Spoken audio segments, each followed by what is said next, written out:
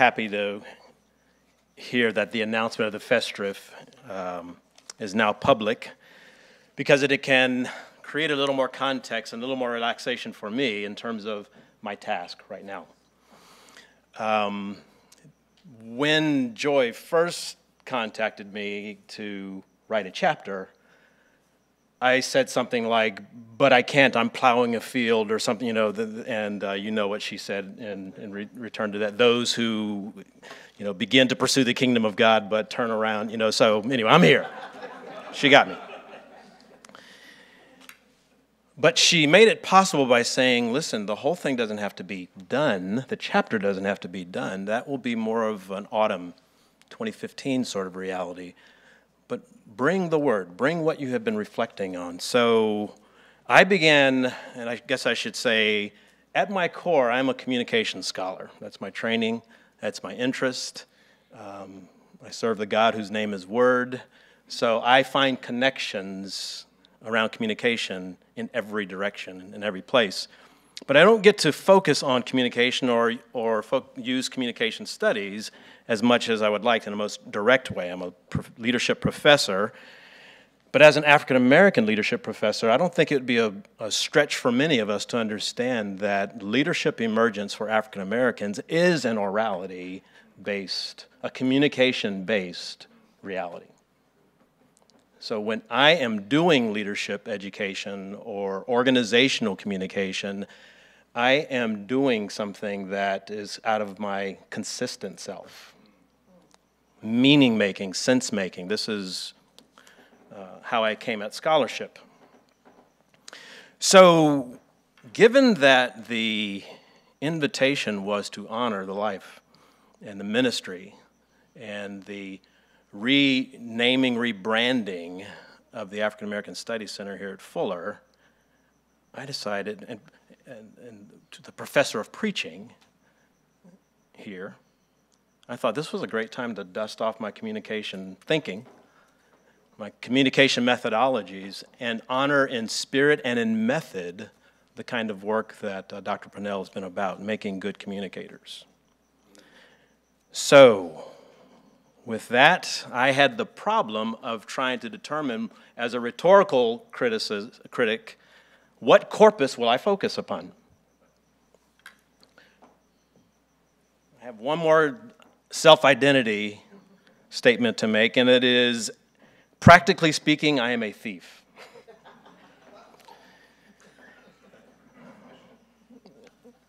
Maybe I'm worse than a thief in that my burglary was from my dear sweet mother. You see, as a young Marine, I came to faith as a 19-year-old, Quantico, Virginia. My dad retired from the Marine Corps in Norfolk, Virginia, and I would drive that 3.5-hour trek from Northern Virginia to Norfolk to spend time with the family. I'm the youngest of 6, and most of my brothers and sisters remained inside of the region, so I'm the youngest of them, so it was always hard to find food, always hard to find space. But I remember one wintry afternoon trying to find a spot to have something that I had just learned to do called devotions, because I was new to all of this stuff. I mean, I was Baptist, I was Black Baptist growing up, but I wasn't yet a Christian, if you know the whole Wesleyan problem with that. And I went to the little sewing room my mom had upstairs, where she kept the bookshelves and the books that she inherited from a learned uncle. I don't know, my mom had read many of those books, but it was a place to have devotions, and it was also a place for each of us as teenagers to pull the long coiling phone cord. You remember phones that used to have a cord on it? A phone is a thing that used to have a cord on it. You remember? Okay, you with me? Well, we would pull that long cord and have conversations with this boyfriend or that girlfriend as we were growing up. But this day, I was having devotions. Reading came hard to me. I don't enjoy it today. Never have really enjoyed it. It's an acquired sort of a taste. So while trying to get started in this Bible reading, my mind was wandering, which is what it does whenever I have a reading task. So I'm looking over the shelves, and my eyes happened upon a weathered, off-white binding that said, "My friend, the enemy." The paradox and the tension that I saw in that spine drew me to the book. My hand was reaching before I was thinking about it. So when I turned it over and to see that the text had reversed in color and this Rorschach spill, something of an accident, something that was shapeless, something that was stark and contrasting, reached out to me, I was drawn in. But then I turned the book over, and I go, what a handsome man. He's got... And I was thinking, a man like this couldn't have enemies. He's got good hair. Somebody say amen.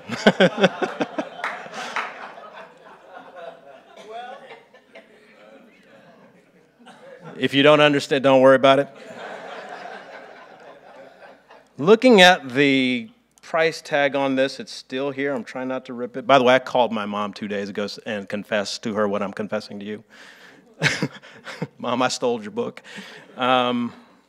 It says $2, Baptist Bookstore, Norfolk, Virginia. $3.95 was its original price back in 1968.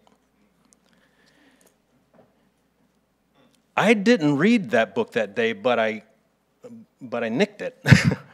I went and put it amongst my green marine things, and I just kept it with me as I traveled. It would be years before I would open the book and read it. You see, in 1971, when we moved to Norfolk, Virginia, this was a place that was hotly contested in terms of integration. And we were in an experimental integrated neighborhood. So I was used to hearing Dick Gregory and Curtis Mayfield and C. Cassius Clay. These images filled my childhood sense-making. So one more voice and one more book just seemed like the kind of thing that was around our house. I would get to it in time. But it stayed with me inexplicably. Okay, fast forward. I leave the Marine Corps. I go to Bible college, something called Bible College in the South, deep South Central Florida. And it wasn't the first year, the first February, that I began to notice something was happening. But it was the second February.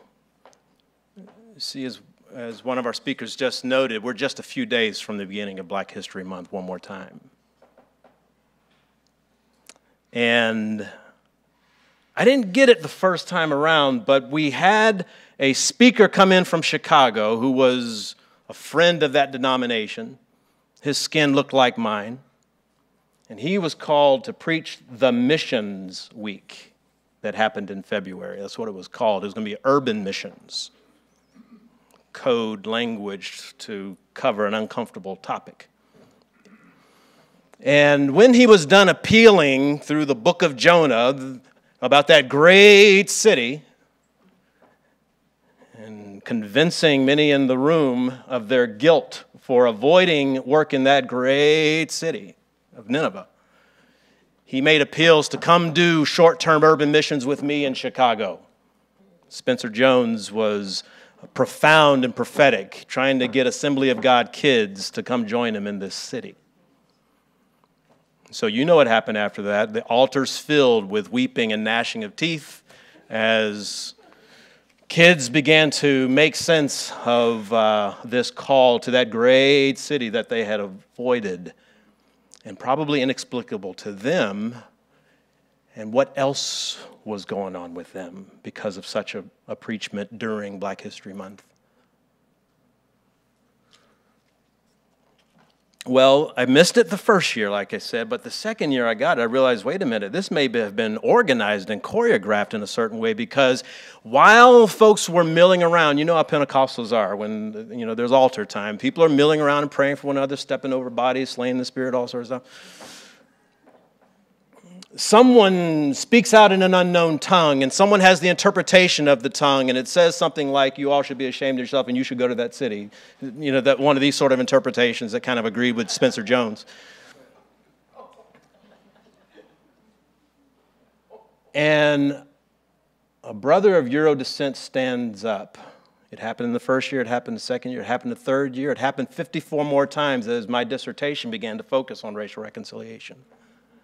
Where someone stands up and says, on behalf of my people, the white brothers and my grandfather who enslaved your people, please forgive us. And the poor speaker who's trying to pray for these folks into heaven and into Nineveh stops what he does, and it's like, on behalf of my people, we receive your appeal, and brother, be thou reconciled. And he goes back to praying and trying to get folks into helping him in the city in the summer. It would be the 2nd February. It would be 1983 when I would take the book off the shelf and go, what have I gotten myself into here? What is this? Because these racial reconciliation events would always end this way in a little chapel like that one, where there's 800 people and there's 3 others that look like me. Someone would say, now, before you go to lunch or your afternoon classes, make sure you hug someone of a different ethnicity and tell them that they're blessed, or this sort of thing. Every February, I would miss lunch. I would miss my afternoon classes because 800 people would be lined up to hug my neck. And what I could not reconcile was that they had real tears falling down their cheeks when all I had was hollowness. Like, I don't know your grandfather. You don't know. I was confused by the ritual process that took place that 1st February, that 2nd February, the February that followed, and the Februaries that have continued to follow on white campuses all across this country. So when it was time to do a communication PhD, I had chose a different topic and a different approach, and you know how these data collection things go. I was not able to get access as I thought I would, so I was like, what am I going to do now? What related to intercultural communication could I study? And you know what happened next. Every scholar who's coming up has to decide, am I going to be marked with the topic of race as a scholar the rest of my life if I write in this area?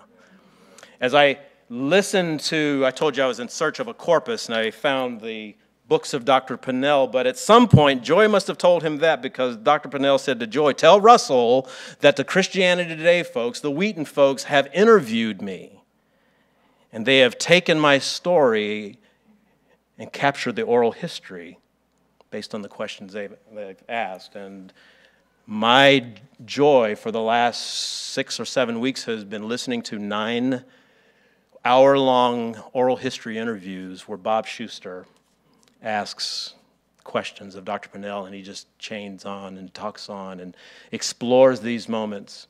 In a moment when we break, I'm going to meet Beverly, because her interview is inside of this corpus, and the Graham archive folks have just wanted to give the texture of how the gospel went forth.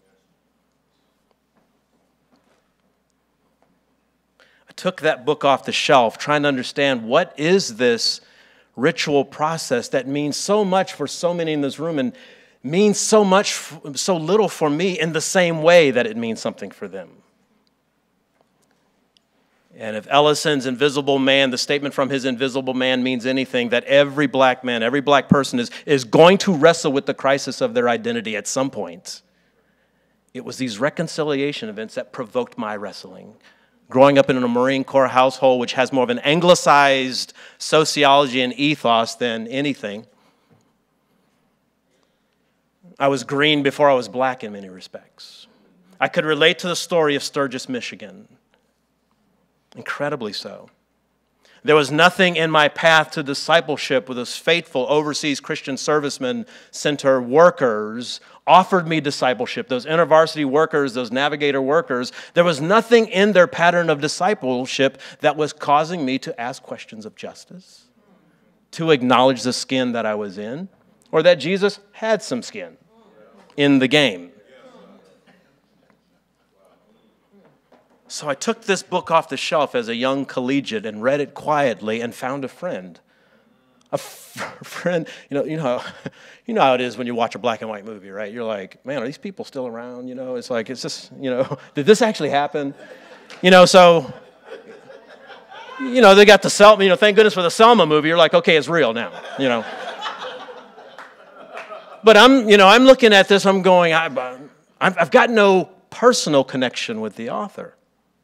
And I, too, want to give some gratitude to Rick and Coral Gray, who, though I met Dr. Panell in passing in a hallway at the NBA in AE reconciliation conversation in 1976, 95, 96, it was in passing, but it was through the friendship of the Grays that I was introduced into the friendship with the author of the book. Was even unaware that I knew the man, that he had been having a formative influence upon me at a distance, me, an orphan.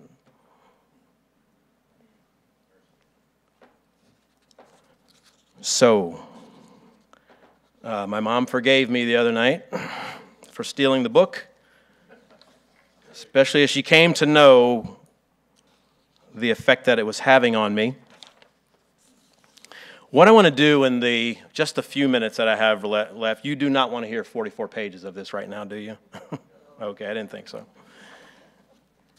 I want to tell you what I have been gathering from the listening, from the sitting with the corpus. Just a few insights.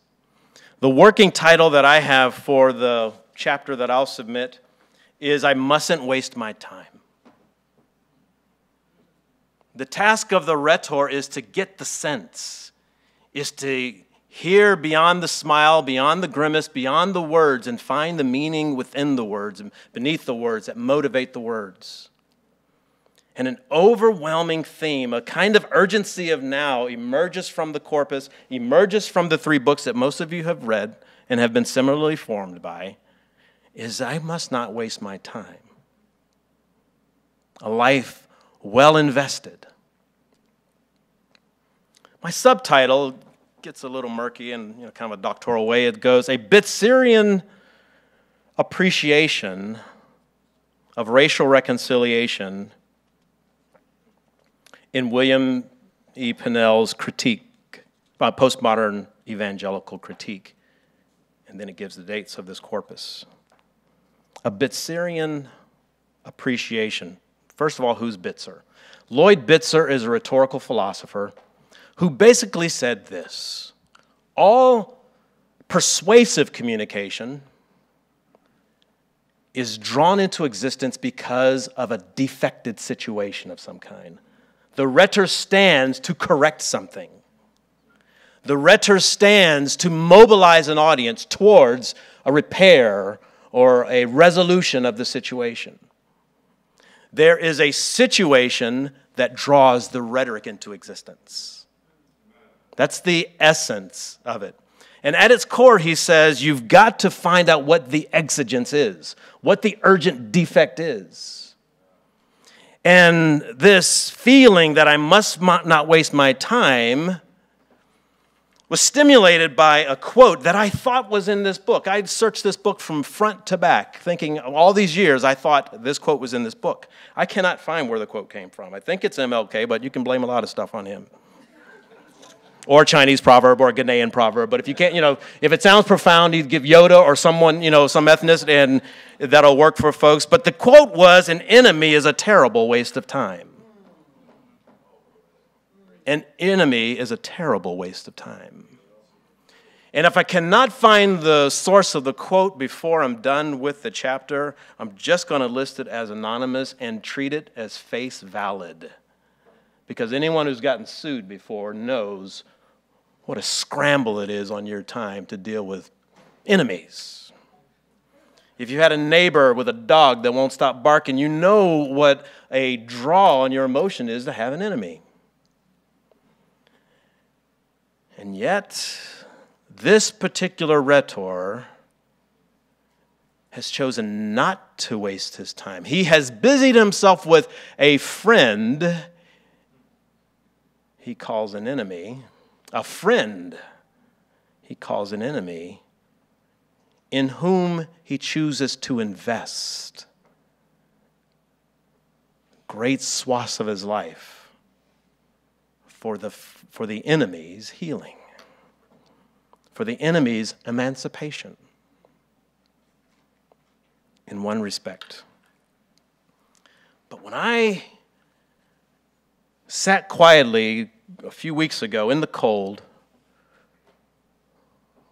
sitting at a traffic light, thinking about some of the interviews I had heard, it finally occurred to me what the exigence may be. It goes to a conversation with B.M. Nottage. For those who don't know the story, there's a beautiful telling of when Dr. Panell makes a shift as a radio man. He joins B.M. Nottage in this radio work, but eventually moves in with the family. For 2 years, he spends with this family, and as he says in the interview, we ate Colossians and Ephesians for breakfast, for dinner. We talked about it along the way. It had this Deuteronomy as you go in, as you go out, Colossians and Ephesians, back and forth all the time. And some, you can almost feel the disappointment when you read it in the introductions and in certain places inside of the corpus. Some have misunderstood what this angry black man was all about. That's what they thought they were reading here. One more black man with a chip on his shoulder. Or some thought that, well, he's just seduced by liberationists, Latinists. He's lost his way theologically. And I've tried to test that. I've tried to find, is that there? Can that be found in the corpus? I can't find it. What I see are the Bebbington 4 priorities of evangelicals, the cruciform or the crucicentrism, the biblicism, the activism, and what's the fourth one? Who knows it? What is it? The conversionism. I see that this rhetor lines up completely. It's just that he disagrees with the compartmentalization between these 4 dimensions. It's just that he sees that these could be in conversation with one another, that they could be generative of something other, and that the compartmentalization, the dualisms found inside of evangelical theological projects, mostly propositional and scholastic in nature, Germanic in their origins, have just not gone far enough. They are not yet evangelical, seems to be this rhetor's problem. Race seems to be a secondary issue as I listen to the corpus as a whole. And sir, I don't know if this is a misread or an eisegetical insertion, but it seems like you would rather not have been bothered with carrying the racial burden your entire career.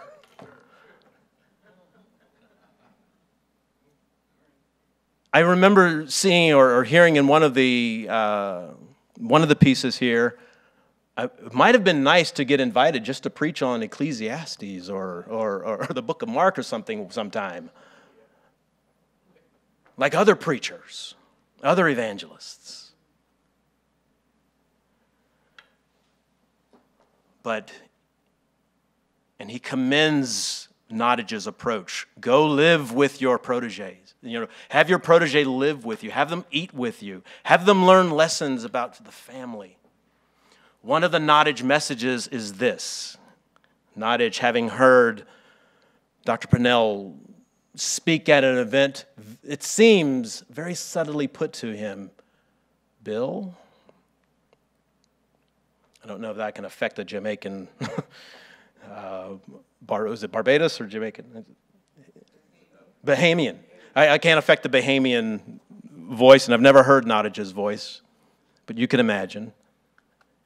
Be careful not to insult another man's bride, is the quote.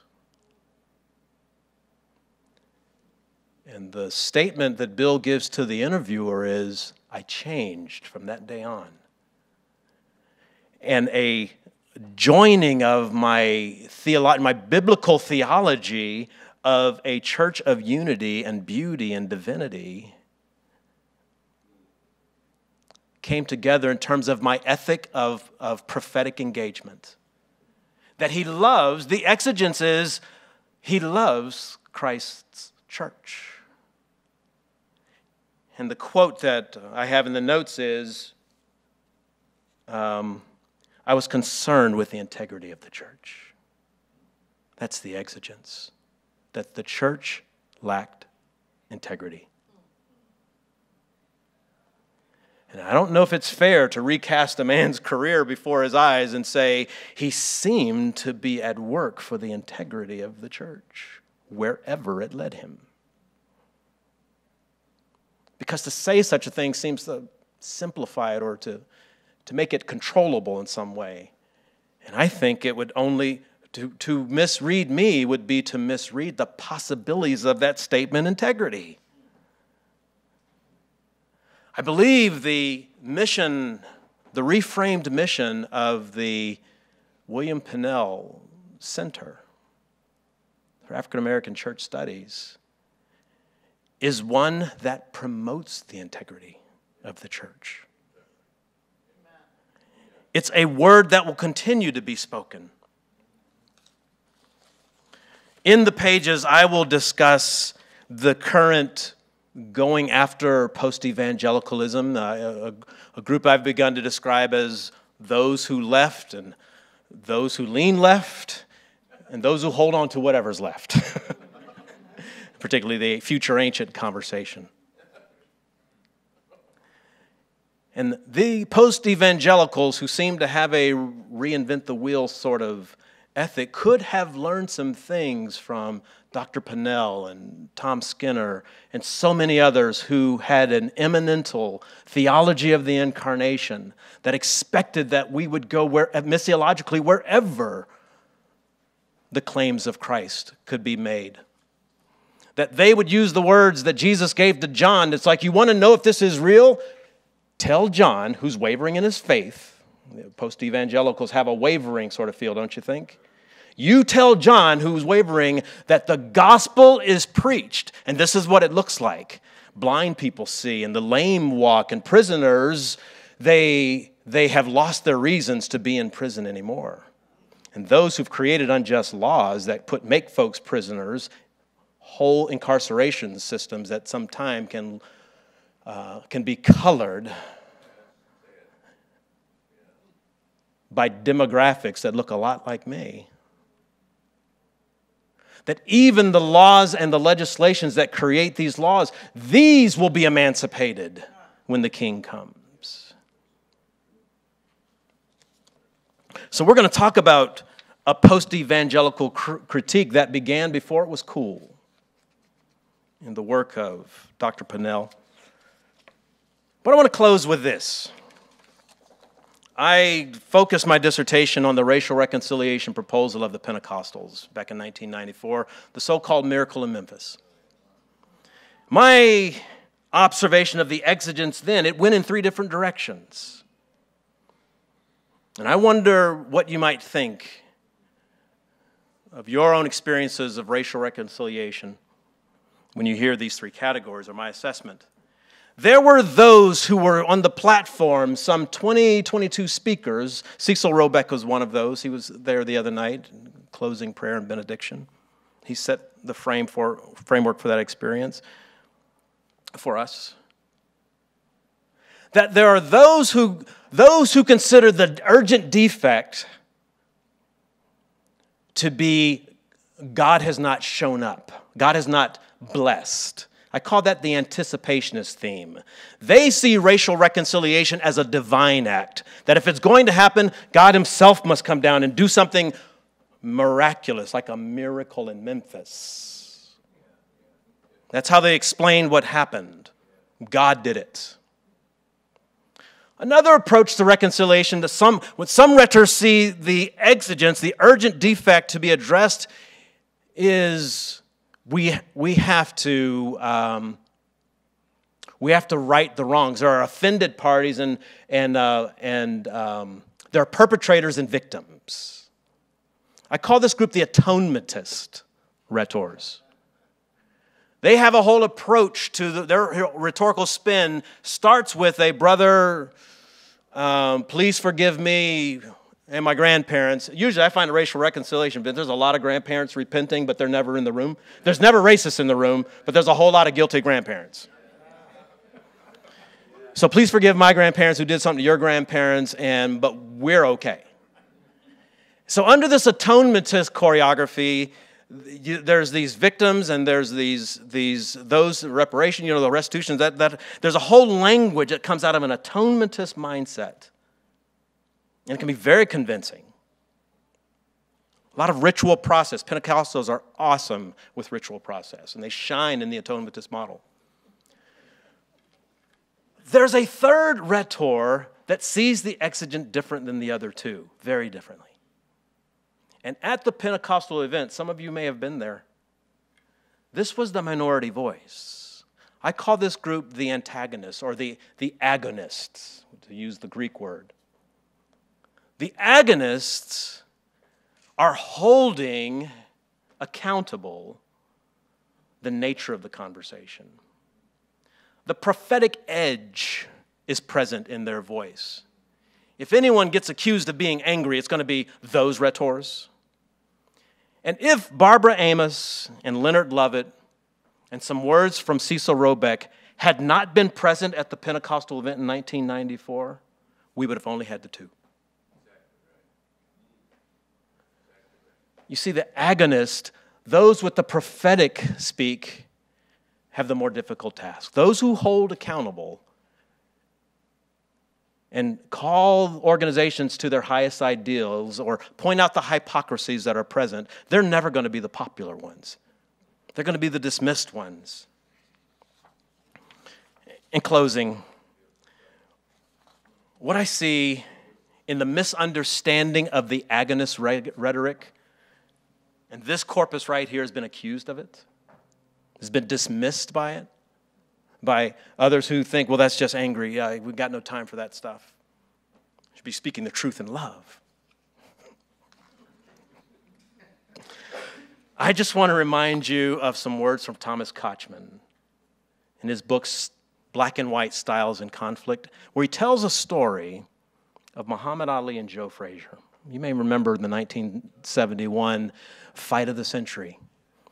And you know how these promoters are, the Don King kind of promoters. They create a big circus sort of environment that kind of sells tickets, right? Well, Howard Cosell is standing between these two titans.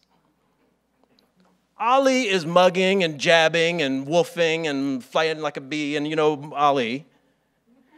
Frazier was slower rhetorically, so he couldn't always keep up with what Ali could do. He was fast on his feet, he was fast in his mouth, and Frazier was just always trying to catch up. Well, he held his own. I mean, he's a world champ for a reason. But in a chapter called Fighting Words, Kochman tries to explain what we were seeing in that experience. You see, the mugging was going on, and all the handlers, big bouncer kinds of people, are standing in the round. And Cosell sees that Ali is getting more and more physical. There's pushing and jostling going on. And Cosell is going, is this when we stop it? Is this when the bouncers come in and break these two up? And the bouncers, the handlers, are impervious that anything's going on. Their skin looks like my skin. They're reading what's going on. And then Ali says, you and Uncle Tom. You and Uncle Tom. I belong to the people. You're acceptable to the establishment. You and Uncle Tom. Silence ensues. Cosell, whose skin doesn't look like mine, wipes a bead of sweat like, oh, finally this is going to be over. What he doesn't see is the handlers have moved in like two Secret Service units who have just heard there is imminent threat. Anyone whose skin's like mine and those who are interculturally intelligent understand what was about to happen. An actual fight was about to go down. Those were fighting words. This chapter is about a person who wrote a book called My Friend, the Enemy. And for 50 years, folks have been saying, he doesn't feel like a friend when you talk to me that way. It doesn't feel very friendly. Walter Ong, Father Ong, the oralist, communication scholar, said, when the silence began, that's when absolute hostility is now possible. And because this rhetor has spoken now these 5 and 6 decades, and now that a center is formed that may carry on the rhetorical rift, it's possible a fight need not break out. It's possible the coming race wars, which, by the way, is offered as an interrogative. It's a question.